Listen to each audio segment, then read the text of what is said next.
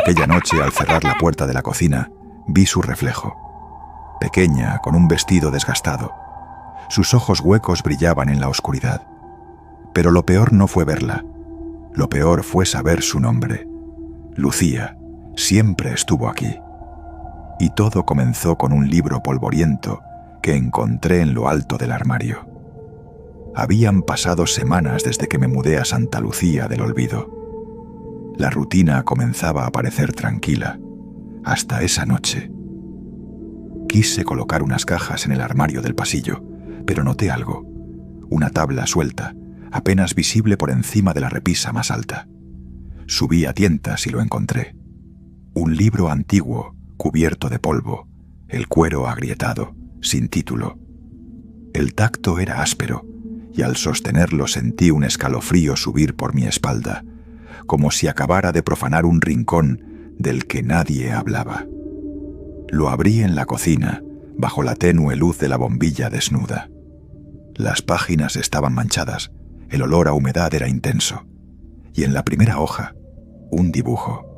Una niña, cabellos largos, ojos negros como pozos, y un título grabado a mano. Aquí termina mi historia. Si decides continuar, estarás condenado como yo. No pude evitarlo. Seguí leyendo. Las primeras páginas hablaban de un pueblo anterior a Santa Lucía. Un asentamiento pequeño, sin nombre, escondido entre montañas.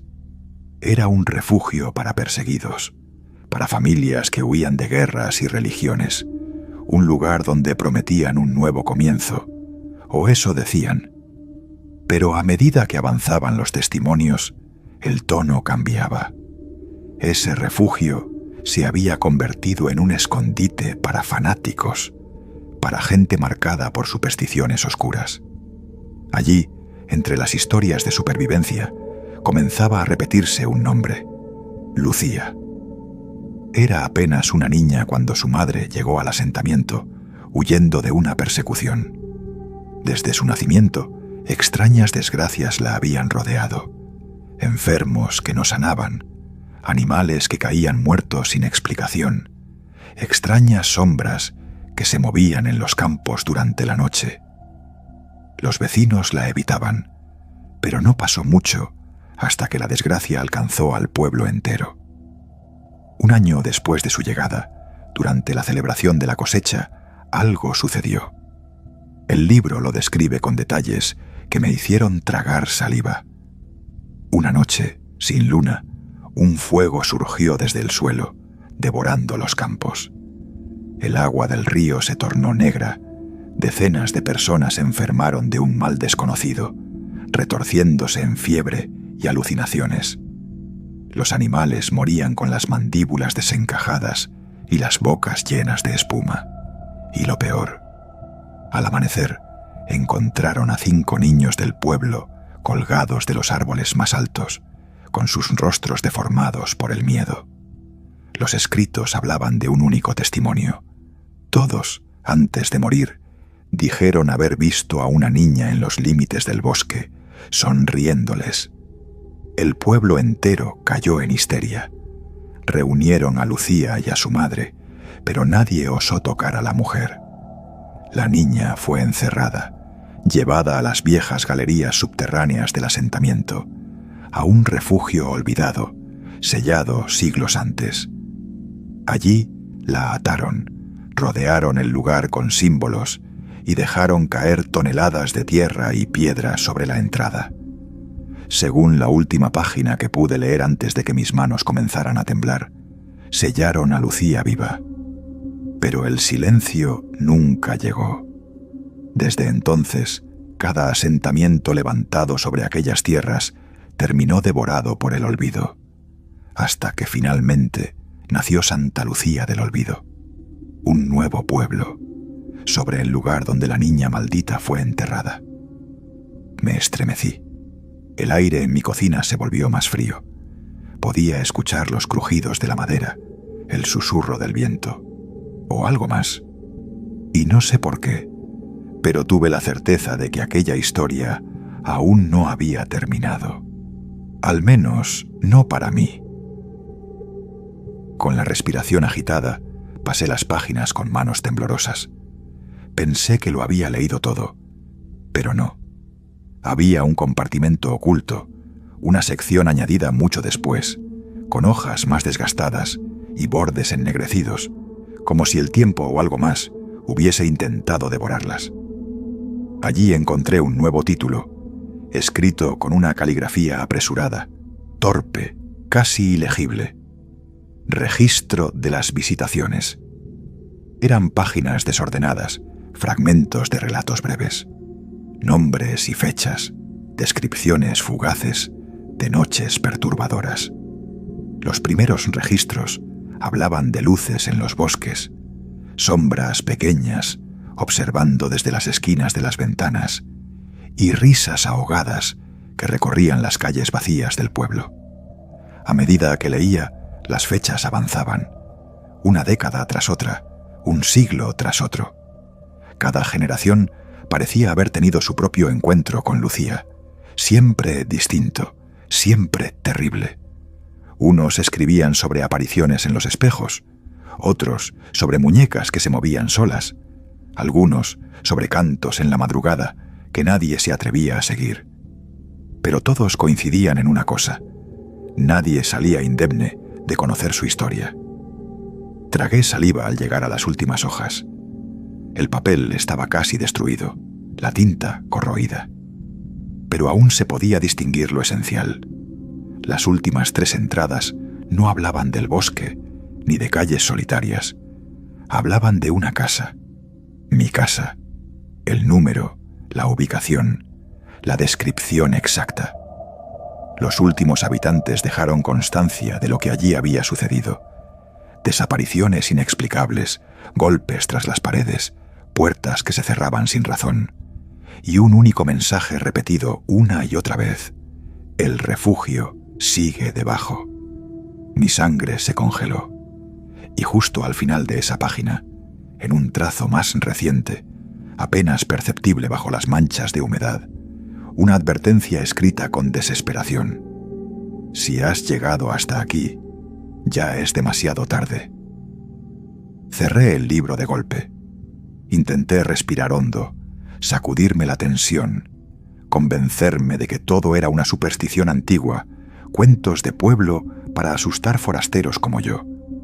Repetí una y otra vez que no debía dejarme llevar, que solo eran historias, leyendas absurdas escritas por mentes influenciables. Pero esa misma noche, la casa me dio su primera respuesta. Eran poco más de las 2 cuando lo escuché. Un sonido suave, agudo, una risa. Creí que venía de la calle, pero pronto noté que provenía del bosque. Un eco infantil, burlón, que viajaba con el viento y se colaba por cada rendija de la casa. Me levanté sin querer hacerlo, con el estómago encogido. Me acerqué a la ventana del pasillo. Desde allí tenía una vista directa al límite del bosque, y allí estaba. A simple vista no había nadie, pero el aire se había vuelto más denso, la oscuridad más cerrada. Intenté convencerme de que eran los nervios, de que la sugestión estaba jugando conmigo, pero entonces lo escuché de nuevo. La misma risa, más clara, más cerca. La bombilla del pasillo parpadeó una vez. Luego se apagó. No sé cuánto tiempo permanecí allí, inmóvil. Pero cuando volví a mirar, vi una sombra cruzar el claro, una figura pequeña, ligera, que se movía como flotando. No alcancé a distinguir su rostro, pero su silueta era inconfundible. Una niña mirando hacia mi casa. Retrocedí, cerré la persiana temblando. Quise dormir, quise ignorarlo, pero cuando me tumbé en la cama, con la puerta del cuarto entreabierta, escuché el crujido de la madera, unos pasos lentos recorriendo el pasillo, y luego una última risa, justo al otro lado de la puerta. No sé en qué momento me quedé dormido, pero fue un sueño agitado, interrumpido, poblado de imágenes que no quería recordar. Sombras que se estiraban desde los árboles, rostros sin ojos, un susurro constante que me decía que ya no estaba solo. Me removía entre las sábanas con el cuerpo entumecido y el corazón acelerado, como si cada latido me empujara más dentro de una pesadilla sin final. Unas horas después, me desperté de golpe. El silencio era sepulcral, ni siquiera el viento agitaba las ventanas. Lo primero que sentí fue un peso opresivo en el pecho, una sensación nauseabunda que me hizo llevarme la mano al estómago. La habitación estaba más fría de lo normal, pero era más que el frío. Era una presencia. Me levanté tambaleándome, con la boca seca y un sudor frío recorriéndome la espalda. Salí al pasillo para ir a la cocina, pensando que un vaso de agua y un poco de aire fresco podrían calmarme.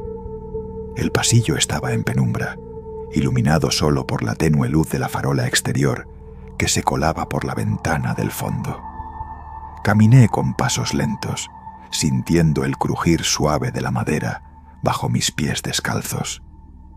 Llegué hasta el fregadero, abrí el grifo y dejé correr el agua, fría, helada, pero tranquilizadora. Me incliné para beber, cerré los ojos y me enjuagué el rostro. Y al levantar la cabeza, en el reflejo de la pequeña ventana sobre el fregadero, la vi. Una figura menuda, pálida, de cabellos oscuros y desordenados, atravesó el pasillo de un extremo a otro. No caminaba, corría, pero sin hacer ruido, como una sombra fugaz. Me giré instintivamente, pero no había nadie. La puerta de mi habitación seguía entreabierta, el pasillo vacío. Pero yo sabía lo que había visto. Mi respiración se agitó, el vaso tembló en mis manos y una certeza me golpeó con la fuerza de un puñetazo. La maldición se había reabierto. Lucía ya no estaba oculta bajo tierra, no estaba atrapada en las páginas de un viejo libro. Ahora estaba allí, en mi casa, caminando a mi alrededor, riéndose en el silencio. Y su historia acababa de comenzar conmigo. Volví a la habitación con el corazón golpeándome el pecho. Cerré la puerta, más por instinto que por lógica. Me acurruqué bajo las mantas, intentando razonar, intentar pensar que todo era una sugestión alimentada por la historia del libro. Repetí para mí mismo que era solo mi cabeza jugando conmigo, pero dentro de mí sabía que mentía. No sé cuánto tiempo permanecí despierto, mirando el techo, escuchando cada crujido de la madera, cada pequeño susurro que el viento arrastraba desde el bosque. En algún punto, la fatiga venció al miedo y caí en un sueño superficial, quebradizo. Me despertó un escalofrío, uno que me recorrió la espalda con la precisión de un cuchillo. Abrí los ojos con la garganta seca, sintiendo la habitación más fría que nunca, como si la temperatura hubiese descendido varios grados en cuestión de minutos. Sabía que algo iba mal. Al incorporarme, lo primero que noté fue el aire. Olía a tierra mojada, a madera húmeda y a algo más, algo putrefacto, un aroma agrio que me revolvió el estómago. Me senté en la cama intentando serenarme. Pensé en no moverme, en ignorarlo, pero la incomodidad era tan opresiva que me obligó a levantarme. Salí al pasillo, guiado solo por la luz tenue de la farola exterior. Caminé despacio hacia el fregadero para volver a refrescarme la cara. Tal vez era suficiente para disipar aquella sensación, pero cuando llegué a la cocina, lo vi. No era una alucinación. Sobre la encimera, al lado del fregadero, había algo que antes no estaba allí.